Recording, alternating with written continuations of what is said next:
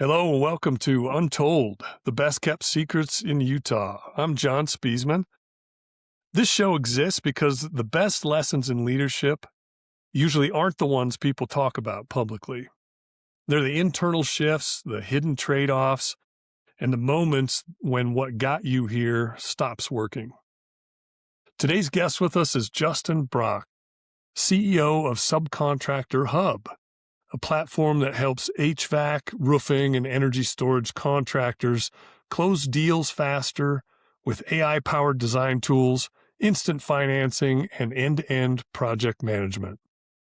Last year, Subcontractor Hub grew over 600%. And there's no end to the growth challenges around the corner because they could project continued rapid expansion in this segment. Justin actually built the first version of the company on nights and weekends while still working as an executive at another company in sales. Now he's leading hypergrowth with a lean team, AI doing some of the heavy lifting, and he's wrestling with the constant question that every scaling founder faces: what is moving this fast costing us? Justin, so glad you're here. Thank you. Nice to be Look here. forward to exploring this with you and learning a little bit more about Subcontractor Hub and what it takes to keep this kind of growth moving forward. Yeah. Um, we mentioned that you built the first version of Subcontractor Hub while you were still working somewhere else, right? So what were you experiencing? What were you seeing that was broken that made you willing to build it yourself instead of waiting for somebody else to fix the problem? Yeah, we focused on one problem, and we had that problem at the organization I was with, and almost partnered with that organization. So they knew I was building it. We almost partnered on the project, but didn't end up partnering long term on it. But it was seeing that contractors grow asset heavy and capital inefficiently, right? And so we strip all the layers back. We weren't driving to build another proposal software or another project management tool or anything like that. It was, how do we help the ecosystem as a whole in retail construction grow asset light and capital efficiently, right? And so there's a lot of different things that we do around that core principle, but that drives everything that we think about is how do we help contractors actually scale. Oh, great. Okay. Um, so speaking of scale, I mean, we mentioned earlier, you grew 600% last year. Now, regardless of what scale, what denominator that's from, that's a huge growth rate. Just walk me through a little bit about what happened last year. How's that kind of growth rate possible? And what are you looking at in the future? Yeah, and I'd say that that's kind of compounded over, year over year has been about that, because when you're starting from nothing, it is easy to grow 600%, but we've been growing at that rate for about 4 years now. So it's compounded kind of year over year for the last 4 years. Um, and if there wasn't any lightning in the bottle that happened last year that made that tremendous growth, I think it's just continuing to provide a value to the end user and create momentum by word of mouth is where we gain the most momentum, right? That's what we focus on. We focus not less, but less on customer acquisition. We did a top down strategy where we focused on large partnerships rather than Facebook ads or Google ads, and really dove deep into partnership approach, and I think that has continued to kind of compound our efforts year over year. Okay. Um, I read one of your LinkedIn posts a while back that talked about building something is the ultimate rebellion. hmm Um, Tell me how that saying or how that builder's creed that you posted, how does that motivate you and shape the company? Yeah, I think for anybody that is an entrepreneur, you're going after a mission, right? And I think that when I talk about rebelling, it's more of creating your own path, creating your own journey, not letting anybody that thinks it's not possible get in the way of what is possible. Because I think that there all too often is birds chirping in your ear, different things that may sink into your subconscious. And I think for us as entrepreneurs, the biggest thing that we can do is believe in ourselves and really rebel against whatever else is set out there, as long as we're not caught in delusions of grandeur, because entrepreneurs can do that as well. There's got to be monetization and growth behind the core of what you're doing. And, I've built products in the past that didn't monetize right away and didn't, gain traction, and had to essentially, stop building. Right. So there is a dichotomy between that. But I do think the uh, continual drive to not listen to what's around you and just focus on what is, obtainable is really what entrepreneurs should all focus on doing. Cool. All right. Staying focused on the mission. Yeah.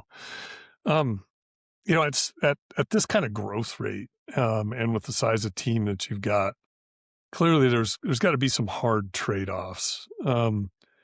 What's something that you're very aware of that you're not doing right now that will eventually have to become a priority? Um, I think growing at this rate, and especially the way that we did it more on a bootstrapped approach. Um, I think when you go about it in that fashion, everybody is wearing a lot of hats, and I think that can strain the team, and just everybody is overwhelmed in all intents and purposes. So I think for us, the main thing that we try to focus on is having that core culture of everybody's in the trenches together. It doesn't matter if it's me or anybody else. We're gonna make the tough call. We're gonna do the tough things. We're gonna take out the trash. We're gonna make the bed. The things that everybody doesn't want to do. Everybody in the organization has that perspective, even myself, to be able to do those things. And I'd say for us growing that fast, the things that we're missing out on is are not missing out on, but where the gaps lie is in all the cracks between each department, because we're all wearing multiple hats. And so it's those, the cracks that we all try to fill where we do, Hmm. have gaps. What do you think the cracks look like as far as what you end up doing then versus what you might think of the CEO role doing, right? If you weren't growing at 600%. I mean, anybody that thinks that being a CEO is you just start printing checks and you delegate everything off. I am just here to clean up the mess. If there's a problem, I am here to fix the problem. I am the fixer. And so as a CEO, that is, you know, as I built my business, I did not realize that that's what my role would evolve into, where where it's, I spend probably 50% of my time in things that I love and things that make me passionate and things that drive me. And I spend the other 50% of the time with things I really don't enjoy. And that's, it's okay, right? That's part of the process. But it's in that constant fix it mode, because everybody is dependent on when they need that specific thing addressed and that specific help. I can't go, no, you need to go somewhere else to fix that. It all stops here. Got it. Got it. So, I mean, if you continue in this mode, if you think about the, 12 months or 18 months from now, um, what's the thing that worries you the most? Being a good partner to our partners and AI, we are not just on the AI hype train. We've been building AI models for 4 years. So we've been, early adopting, throughout the entire trend of this. Um, but it may sound cliche, the boogeyman scares me, right? I could kind of see what, large enterprise software companies are doing, right? You can see where they're driving, what direction they're going. I can't see the guy that's in the dark, that startup that's creepy, sneaky, that is building some really innovative tools that comes out of nowhere. That's what keeps me up at night, and we try to be that company that is innovating that fast. Um, but that those are the companies that are in the darkness, that aren't seen, that not a lot of people are aware of, that are making very cool innovations, very Mhm. impactful things. Those are the ones that we always pay attention to. So do you feel like if continuing to grow at this rate and focused on growth, that it's going to might be harder for you to spot that disruptor?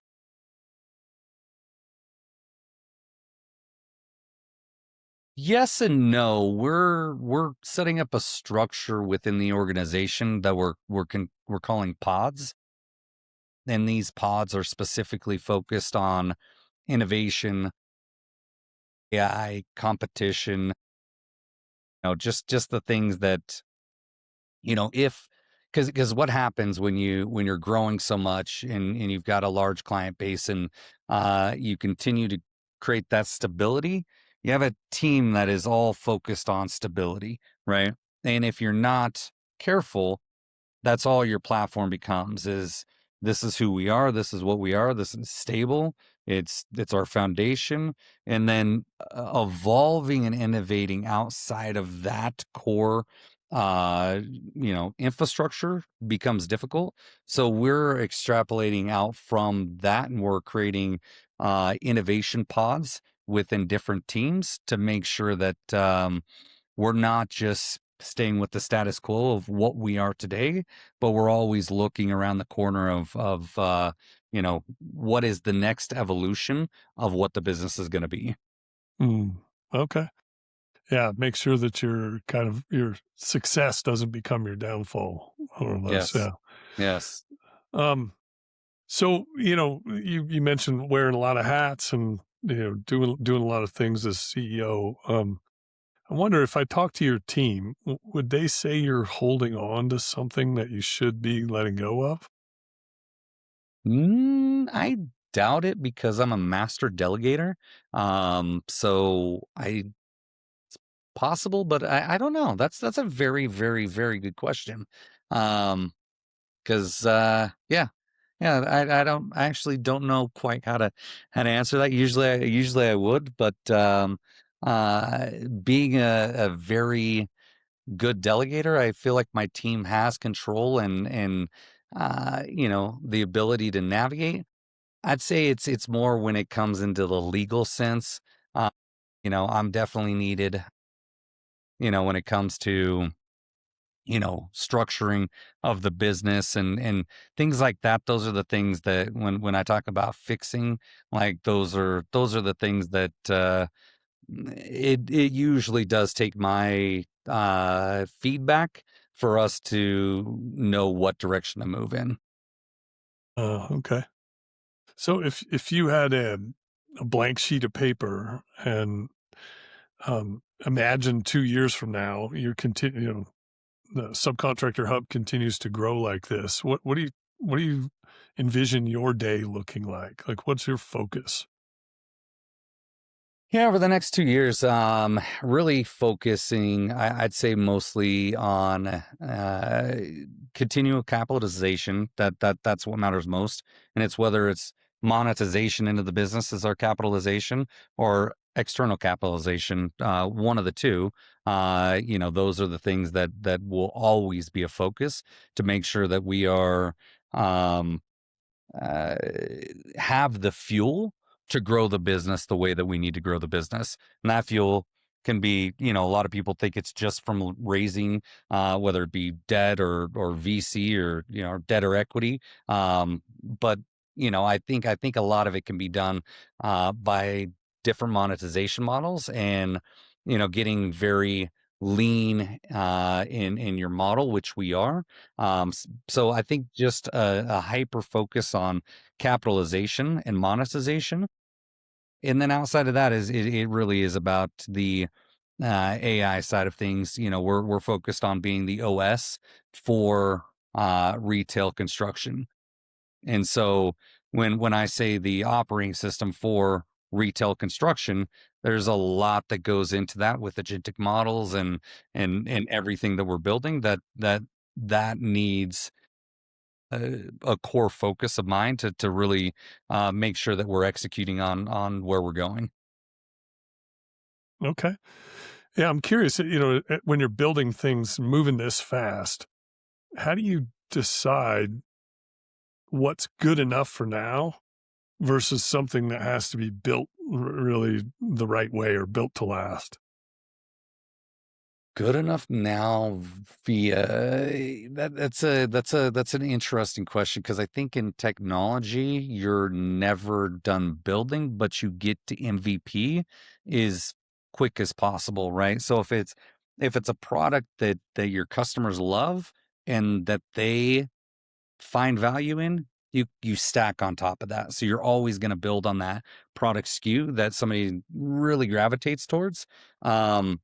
Very seldom have I seen a product launch and somebody goes, "Oh, this is perfect. This is exactly." You launch the product, and then you get the feedback from your user group, and they go, "Oh, what if it did this, or what if it did that?" And you get fast forward a year down the road, you have 10 different iterations on a tool that you initially deployed, but the 10 iterations later is like, "Oh, this is great." And then how does that tie into other models? And I think that there's this connective tissue that happens with technology, where the ideas continue to perpetuate on top of each other. And I think the thought of it being good enough uh doesn't even register in my brain somewhat, right? It doesn't, like, what would that mean to our customer if I said, "Oh, it's good enough. You can just deal with what you got." I want to make sure that we're continuing to, things are moving so fast. We need to evolve with the market. And if we don't have that ingrained into our culture, where we're continuing to evolve and innovate, I think you quickly get left behind. You're a Blockbuster. Blockbuster was like, "This is good enough, man. We're not even going to buy Netflix. Netflix is yeah, that may be something down the road, but we're not going to buy them for 50 million. Like, we're not going to do that. We got our core business here, and our core business it's good enough for us to sustain." And we all know how that story ended. Yeah, yeah. You mentioned that you kind of intentionally chose some larger partners right out of the Mhm. gate. Yeah. Um, are there segments of the market that you can't get to because of that decision, or or are you looking at building something that will be able to go across any segment of the market? What are the trade-offs there, like, that you're having to manage based on that initial decision? Um, we did it. That decision was made specifically, um, because of the cost of customer acquisition, right? If you're trying to build any business, um, for us, we want to be resourceful. And it was more of a necessity than anything else, right? you know, are we going to go spend millions of dollars acquiring customers, or are we going to dive in and build deep partnerships with great partners? We chose the decision uh, you know, to dive in deep with partnerships and build around those partnerships. And when throwing capital around them and throwing resource around them, rather than throwing resource and capital towards marketing campaigns, which I've done in the past. They work well, but in this model, in this business, we didn't feel like it was the best objective to um, spew cash towards customer acquisition, and the standard models. Um, I don't really know if there's a trade-off at this point. It's, we continue to compound on that philosophy. That's really what we do as a business is build deep partnerships, and we're very partnership focused, and that's just our philosophy. And I'll use another product that really dove deep in that, and two totally different markets. High level, really dove deep into the ambassador program rather than hardcore customer acquisition. And it's been very successful for them. I think they're at 150 million ARR. Just a very fast growing marketing automation tool that said they just looked at the market in a different way and said, you know what? And them being marketing automation, they know marketing. They said, we're gonna approach the market and approach customer acquisition in a different way. And that's what we did as well. Okay. Okay. Um, I'm curious, so if things were to slow down, let's say the market slowed, or maybe your penetration slowed, instead of 600%, you're growing at 40 or 50%. Is Mhm. there anything that you would build then that you're not building now? We were just slow growth. Is there anything I would build that I'm not building now? Um, I wouldn't think so, because we're not building because we're growing so fast. We're actually, I think, when you're growing this fast, it creates an angst and a little bit of anxiety, that you're not implementing and building fast enough, because your growth continues to charge. So I think it actually fuels more growth and build out. I guess if we were slowing down, I would focus on building more around customer acquisition, and, try to refuel the growth back up to where it's supposed to be via, you know, uh, you know, more tactful customer acquisition approaches. I think that's what I would, if we had slowed, that's what I would focus on. Okay. Okay. Um, yeah, it sounded like you were intentional with the customers or partners you first chose, and you're intentional around the industries that you're working in. Kind of a similar question as the last one. Like, um, how will you know when it's time to pivot? Maybe to look at moving the company in a different direction, or pursuing a market that at 600% growth, you don't have to think about that. But like, how would you know when it's time to look for something else or another opportunity? I'm gonna go back to partnership again. Our partners drive new market expansion, whether it be US or global. They also kind of force our hand around, I wouldn't say pivot, but somewhat pivot, right? If there's a new product SKU, if there's a new market segment that we need to go into, it a lot of times is our partners driving the question around that. Have you ever thought about dot, dot, dot, dot, dot, right? And then, we, you know, take it internally, look at it, observe it, and see if it, see the cost analysis, if it's into a new market like New Zealand or Australia, right? It's what does it take to go into that market? What are the corporate structures there, right? We, do the analysis there. But if it's around a product pivot, a lot of our financial partners are going to drive those, you know, um,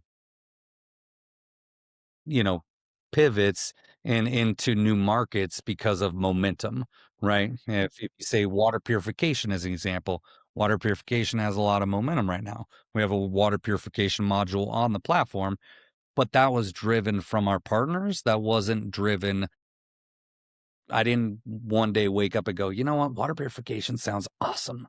Yeah, that's what we're going to focus on. It was 10 different partners, all within the span of 45 days, all going, hey, so this is what we're focused on. This is what we're doing.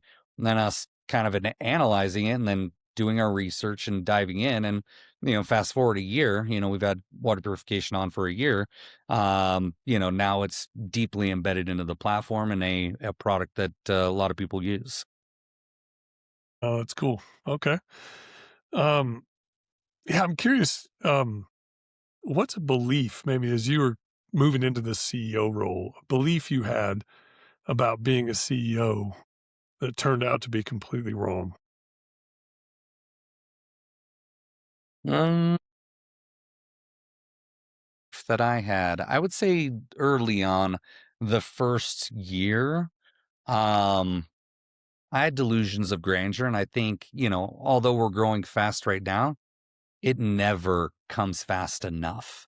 Right. And I know that that can sound crazy with hyper growth, but, the first year out of the gate when it's really tough, right? And it's three people. It just can't come fast enough, right? You you don't know if you're gonna make payroll. You don't, you don't know how next week is gonna be. And we would call them tomorrow problems or next week problems, because today we're fine, but next week we may not be. And I think for the first year, that those were the things that did surprise me. I didn't know how difficult it was actually going to be. We're 4 years into this. It's definitely a different perspective now, but first year it was definitely, I hear a lot of guys. Actually, I was at the barber yesterday, as a matter of fact, and hearing this guy, oh yeah, I'm gonna start, or my brother's going to start his business, and he's an ideas guy, and he's just going to go out there and kind of do his thing. And they're like, oh, is he going to do something on the side while he, oh no, he's just going to go at it. And I've had a lot of friends of mine come to me that are going out on their own and doing their thing, and it's like, be prepared, for a year of turmoil. And I say that in the best way possible, but the everything is going to happen slower than you expect. If you're looking to raise capital, your funding round is gonna, if you think it's gonna be 30 days, it's gonna be 90. If it's, you're right, everything just takes longer than you initially anticipate. And so just having that kind of anchored in the back of your head to say, okay, as long as I can make it through the worst possible case scenario, then it'll be fine. I think that's where I've anchored my thoughts is, Mm, what's worst possible case? Okay, can we hurdle worst possible case? Yes. Okay, then I'm fine. okay. Okay. So speaking to that same guy, the same type of person who's stepping out and jumping into something like this, and maybe feeling or being prepared to feel that tension between speed and everything else. What's one thing you'd want them to pay attention to that maybe you wish you saw earlier? Diversification and monetization both. So don't get concentrated to a limited number of customers. I think that is the startup like issue for everybody, right? I've got 5 great customers, because that's, you have to start somewhere, right? But even if you get large enterprise clients that are concentrated, um it can just be exposure that you're not necessarily expecting. Maybe the small customer cohort that you have is covering your burn, so you think everything's good, we're good to go. But I would diversify customer base as much as possible. And then I would just monetize as much as possible. I know everybody is focused on monetization, but you know, it's being creative around monetization and around, you know, how to create value to the entire value chain that you're working within, and then try to monetize every time you're creating that value, I Uh, think is, I just don't think you can do it enough. okay. No, that's great. Especially that diversification hits home with me. It's you don't see those things coming, but I know I've talked to many founders who've had that crisis moment where all of a sudden 40% of their business is gone. Like one minute it's here and next minute it's gone. And that is a bad, bad day. That's Mm, exactly right. awesome. Well, thank you. That was a great insight. Thank you, Justin Brach, CEO of Subcontractor Hub. Thanks so much for being with us today. Appreciate the discussion and the insights you've shared. Yeah, I appreciate it. Thank you. Thanks for listening to Untold.